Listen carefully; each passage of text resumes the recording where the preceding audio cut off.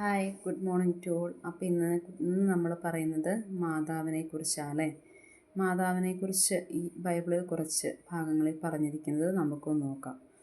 ആദ്യമായി മാതാവിനെക്കുറിച്ച് ഞാൻ പറയുന്നത് ലൂക്കായുടെ സുവിശേഷം 8-ാം അധ്യായത്തിൽ 19-ാം വാക്യത്തിൽ അവിടെ ഒരു ഹെഡിങ് ഉണ്ട്, യേശുവിൻ്റെ അമ്മയും സഹോദരരും. അതിനകത്ത് എന്തൊക്കെയാണ് പറഞ്ഞിരിക്കുന്നത് നോക്കാം. അവൻ്റെ അമ്മയും സഹോദരരും അവനെ കാണാൻ വന്നു. എന്നാൽ ജനക്കൂട്ടം നിമിത്തം അവൻ്റെ അടുത്തെത്താൻ കഴിഞ്ഞില്ല. നിന്റെ അമ്മയും സഹോദരരും നിന്നെ കാണാൻ ആഗ്രഹിച്ച് പുറത്തു നിൽക്കുന്നു എന്ന് അവർ അവനെ അറിയിച്ചു. അവൻ പറഞ്ഞു, ദൈവവചനം ശ്രവിക്കുകയും അതനുസരിച്ച് പ്രവർത്തിക്കുകയും ചെയ്യുന്നവരാണ് എൻ്റെ അമ്മയും സഹോദരരും. അപ്പോൾ ഇവിടെ മാതാവിനെക്കുറിച്ച് ഒരു സൂചന തന്നിട്ടുണ്ട്. യേശുവിൻ്റെ അമ്മ ആരാണെന്ന് ഈശോ തന്നെ പറയുന്ന ഒരു ഭാഗമാണ്. എന്താണ്? ദൈവവചനം ശ്രവിക്കുകയും അതനുസരിച്ച് പ്രവർത്തിക്കുകയും ചെയ്യുന്നവരാണ് എൻ്റെ അമ്മയും സഹോദരരും. അപ്പോൾ ഇവിടെ മാതാവിനെക്കുറിച്ച് ഒരു സൂചന ദൈവം തരുന്നുണ്ടല്ലോ. എന്താണ്? ദൈവവചനം ശ്രവിക്കുകയും. യേശുവിൻ്റെ ജനനം എന്നുള്ള ലൂക്കായുടെ പുസ്തകത്തിൽ തന്നെ, ലൂക്കായുടെ അധ്യായത്തിൽ തന്നെ നമ്മൾ കാണുന്നുണ്ട്. ആദ്യമേ തന്നെ കാണുന്നുണ്ട്. എന്താണ്? ദൂതൻ അവളോട് പറഞ്ഞു, മറിയമേ, നീ ഭയപ്പെടേണ്ട, ദൈവസന്നിധിയിൽ നീ കൃപ കണ്ടെത്തിയിരിക്കുന്നു. നീ ഗർഭം ധരിച്ച് ഒരു പുത്രനെ പ്രസവിക്കും. നീ അവന് യേശു എന്ന് പേരിടണം. അവൻ വലിയവനായിരിക്കും, അത്യുന്നതൻ്റെ പുത്രൻ എന്ന് വിളിക്കപ്പെടും.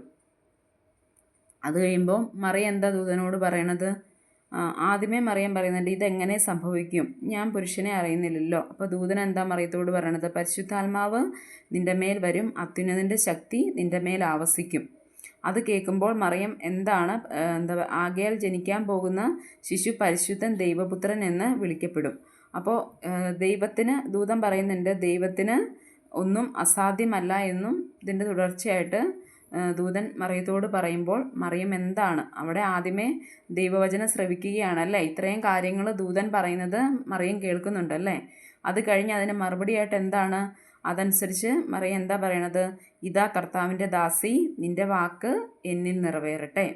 അപ്പോൾ ഈശോ പറഞ്ഞു, ദൈവവചനം ശ്രവിക്കുകയും അതനുസരിച്ച് പ്രവർത്തിക്കുകയും ചെയ്യുന്നവരാണ് എൻ്റെ അമ്മയും സഹോദരരും എന്ന് ആദ്യമേ പറഞ്ഞതിന് റിലേറ്റഡ് ആയിട്ടുള്ള ബൈബിൾ വാക്യങ്ങളാണ്, തുടർച്ചയായിട്ട് വരുന്ന ബൈബിൾ വാക്യങ്ങളാണ് ലൂക്കായുടെ സുവിശേഷം 1-ാം അധ്യായത്തിൽ നമ്മൾ കാണുന്നത്. ഇനി അതിൽ തന്നെ മറിയത്തിൻ്റെ സ്തോത്രഗീതം എന്നൊരു ഭാഗത്ത് പറയുന്നുണ്ട്. എന്താണ്?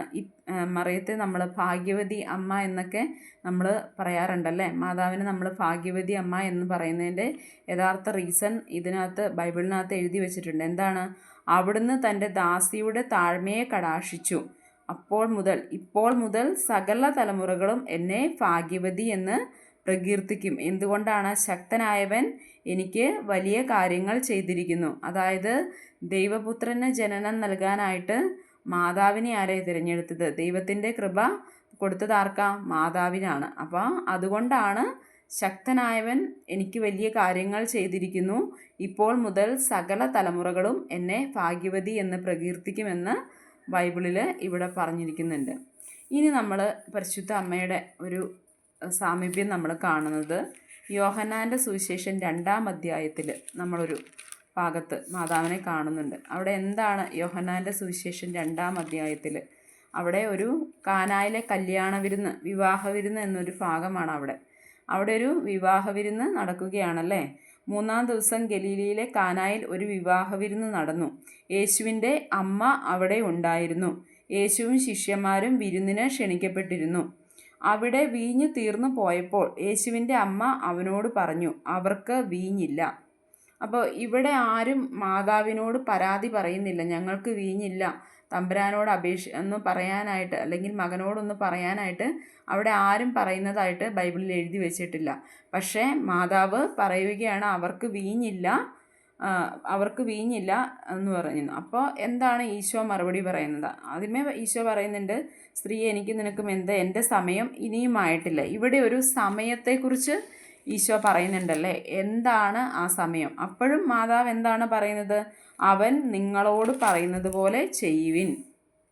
അപ്പോൾ ഇവിടെ എൻ്റെ സമയം ഇനിയും ആയിട്ടില്ല എന്ന് എന്താണ് ഉദ്ദേശിച്ചതെന്നുള്ളത് ഇതിൻ്റെ തുടർച്ചയായിട്ട് നമ്മൾ വായിക്കുമ്പോൾ നമുക്ക് കാണാം. എന്താണ് ഈശോ അവിടെ എൻ്റെ സമയം ഇനിയും ആയിട്ടില്ല എന്ന്. അതായത് അവൻ മണവാളനെ വിളിച്ചു പറഞ്ഞു, എല്ലാവരും മേൽത്തരം വീഞ്ഞ് ആദ്യം വിളമ്പുന്നു, അതിഥികൾക്ക് ലഹരി പിടിച്ചു കഴിയുമ്പോൾ താഴ്ന്ന തരവും. എന്നാൽ നീ നല്ല വീഞ്ഞ് ഇതുവരെയും സൂക്ഷിച്ചു വെച്ചുവല്ലോ. യേശു തൻ്റെ മഹത്വം വെളിപ്പെടുത്തുന്നതിന് പ്രവർത്തിച്ച അടയാളങ്ങളുടെ ആരംഭമാണ് ഗലീലയിൽ കാനായിൽ ചെയ്ത ഈ അത്ഭുതം.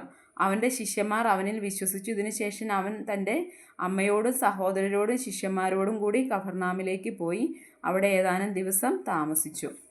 അപ്പോൾ കണ്ടോ, എന്തുകൊണ്ടാണ് എൻ്റെ സമയം ഇനിയും ആയിട്ടില്ല എന്ന്. അതായത് ആദ്യമുള്ള ആ ഒരു വീഞ്ഞ് തീർന്ന് ആ മാതാവ് പറഞ്ഞ ആ സമയത്ത് ഈശോ അത് ചെയ്തിരുന്നെങ്കിൽ ഒരുപക്ഷെ അവിടെ ഈശോയുടെ മഹത്വം വെളിപ്പെടുത്തില്ലായിരുന്നു അല്ലേ. ആ വീഞ്ഞ് തീർന്നു പോയി കഴിഞ്ഞ് ആണ് ഈ പരിചാരകർ ഇങ്ങനെ ഒരു വാക്ക് പറയുന്നത്. എന്താണ്? എല്ലാവരും മേൽത്തരം വീഞ്ഞ് ആദ്യം വിളമ്പുന്നു, അതിഥികൾക്ക് ലഹരി പിടിച്ചു കഴിയുമ്പോൾ താഴ്ന്ന തരവും. എന്നാൽ നീ നല്ല വീഞ്ഞ് ഇതുവരെയും സൂക്ഷിച്ചു വെച്ചുള്ളൂ. അപ്പോൾ ആ സമയത്തെയാണ് ദൈവം സൂചിപ്പിക്കുന്നത്. അതായത് ദൈവത്തിന് അത്ഭുതം പ്രവർത്തിക്കാനായിട്ട് ദൈവം തീരുമാനിച്ചത് ഈ സമയത്ത്. അതാണ് വീഞ്ഞെല്ലാം തീർന്നു പോയി ഒരു നാണക്കേടിൻ്റെ വക്കിൽ നിന്ന് ആ കുടുംബത്തെ എങ്ങനെയാണ് ദൈവം രക്ഷിച്ചത്. അതായത് മാതാവ് തൻ്റെ മകനോട് പറയുന്ന കാര്യങ്ങൾ അനുസരിക്കുന്ന ഒരു ഈശോയെയല്ലേ നമ്മൾ വചനഭാഗങ്ങളിൽ പിന്നീട് കാണുന്നത്. ഭരണികളിൽ വെള്ളം നിറയ്ക്കുവിനെന്ന് യേശു അവരോട് കൽപ്പിച്ചു. അവർ അവയെല്ലാം വക്കോളം നിറച്ചു. ഇനി പകർന്ന് കലവറക്കാരൻ്റെ അടുത്ത് കൊണ്ടു ചെല്ലുവിനെന്ന് അവൻ പറഞ്ഞു. അവർ അപ്രകാരം ചെയ്തു. കലവറക്കാരൻ വീഞ്ഞായി മാറിയ വെള്ളം രുചിച്ചു നോക്കി. അത് എവിടെ നിന്നാണെന്ന് അവൻ അറിഞ്ഞില്ല, എന്നാൽ വെള്ളം കോരിയ പരിചാരകർ അറിഞ്ഞിരുന്നു. അപ്പോൾ ഇവിടെ മാതാവ് ഈശോയോട് ഒരു കാര്യം പറയുന്നത് അതേപടി അനുസരിക്കുന്ന ഈശോയെയല്ലേ നമുക്ക് കാണുന്നത്. പക്ഷേ എൻ്റെ സമയം ഇനിയും ആയിട്ടില്ല എന്ന് ഈശോ പറയുന്നത് എന്തുകൊണ്ടാണ്?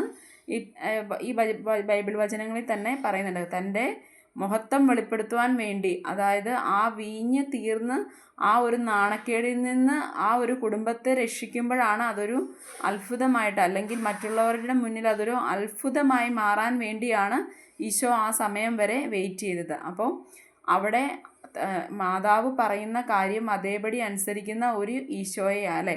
അപ്പോൾ ഇവിടെ രണ്ട് കാര്യങ്ങൾ. അതായത് അവിടെ ആരും ഒരു പരാതിയായിട്ട് മാതാവിൻ്റെ മുന്നിൽ എത്തുന്നില്ല. ഞങ്ങളുടെ വീഞ്ഞ് തീർന്നു പോയി, ഈ നാണക്കേടിൽ നിന്ന് ഞങ്ങളെ രക്ഷിക്കണമേ എന്ന് ആരും പറയുന്നതായിട്ട് ഇവിടെ കാണുന്നില്ല അല്ലേ. അപ്പോൾ മാതാവ് അറിഞ്ഞ് ഈശോയോട് പറഞ്ഞ് ഈശോ അതനുസരിച്ച് പ്രവർത്തിക്കുക ചെയ്യുന്നതായിട്ടാണ് ഇവിടെ ഈ ബൈബിൾ ഭാഗങ്ങളിൽ കാണുന്നത്.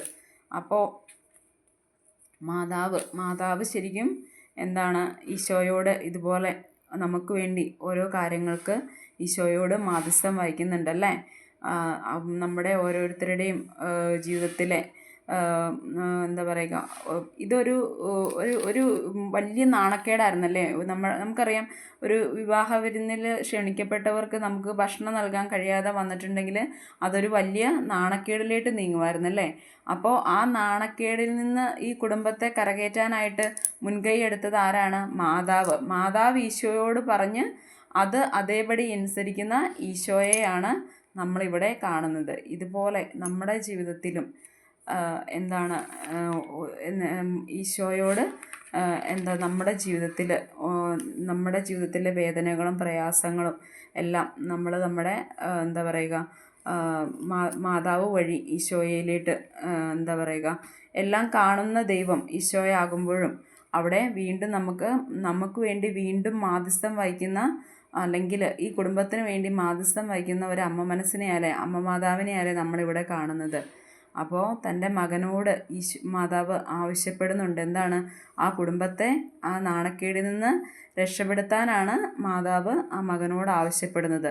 അതനുസരിച്ച് പ്രവർത്തിക്കുന്ന ഈശോയെയാണ് നമ്മൾ ഈ സുവിശേഷ ഭാഗങ്ങളിൽ കാണുന്നത്. അപ്പോൾ എന്തുകൊണ്ടാണ് മറിയത്തെ ഭാഗ്യവതി എന്ന് തലമുറകൾ പ്രകീർത്തിക്കുന്നത് എന്തുകൊണ്ടാണെന്നും നമ്മളിപ്പോൾ വചനങ്ങളിലൂടെ കണ്ടു. അപ്പോൾ നമ്മുടെ എല്ലാം ബോധ്യങ്ങൾ, ഉൾക്കാഴ്ചകളും ശരിയായ രീതിയിൽ എന്താ പറയുക വചനങ്ങളിലൂടെ കണ്ണോടിക്കുമ്പോൾ ഇവിടെയെല്ലാം ബൈബിളിൽ പറയുന്നുണ്ട് യേശുവിൻ്റെ അമ്മ, അല്ലെങ്കിൽ യേശുവിൻ്റെ അമ്മ ആരാണെന്ന് ഈശോ വചനഭാഗങ്ങളിലൂടെ വ്യക്തമാക്കുന്നുണ്ട്.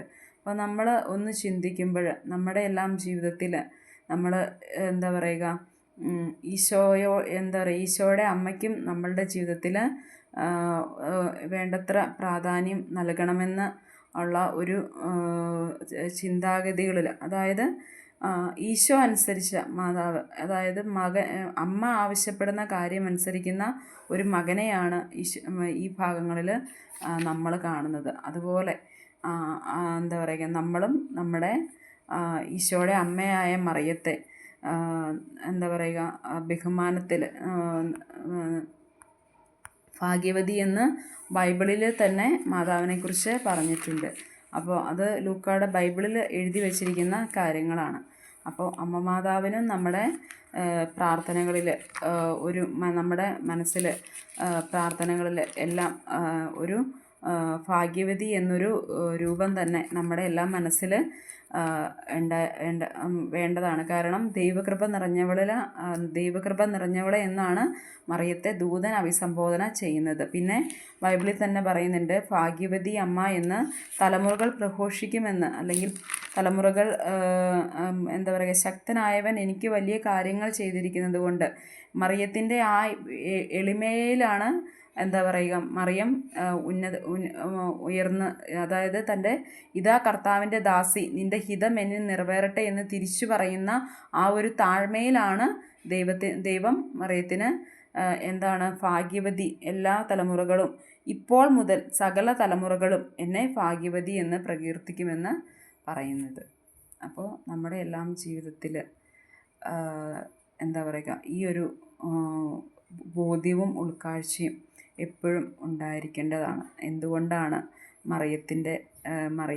മാതാവിനെ ഭാഗ്യവതി എന്ന് ബൈബിളിൽ തന്നെ പറഞ്ഞിരിക്കുന്നതെന്ന് വചനത്തിലൂടെ നമുക്ക് മനസ്സിലായതാണ്. അപ്പോൾ അതനുസരിച്ച് നമ്മുടെ ജീവിതത്തിലും നമുക്ക് എന്താ പറയുക, നമ്മുടെ പ്രാർത്ഥനകളിലും നമ്മുടെ ജീവിതത്തിലും അതനുസരിച്ച് എന്താ പറയുക, നമ്മുടെ മനസ്സിൽ മാതാവിനെ ഉയർത്തിക്കൊണ്ട് വരുവാനായിട്ട്, അല്ലെങ്കിൽ മാതാവിനോടുള്ള സ്നേഹം ഉയർത്തിക്കൊണ്ട് വരുവാനായിട്ട് ഓരോരുത്തരും ശ്രദ്ധിക്കേണ്ടതാണ്. അപ്പോൾ നാളെ വേറൊരു ടോപ്പിക്കായിട്ട് കാണുന്നത് വരേക്കും ബൈ ബൈ.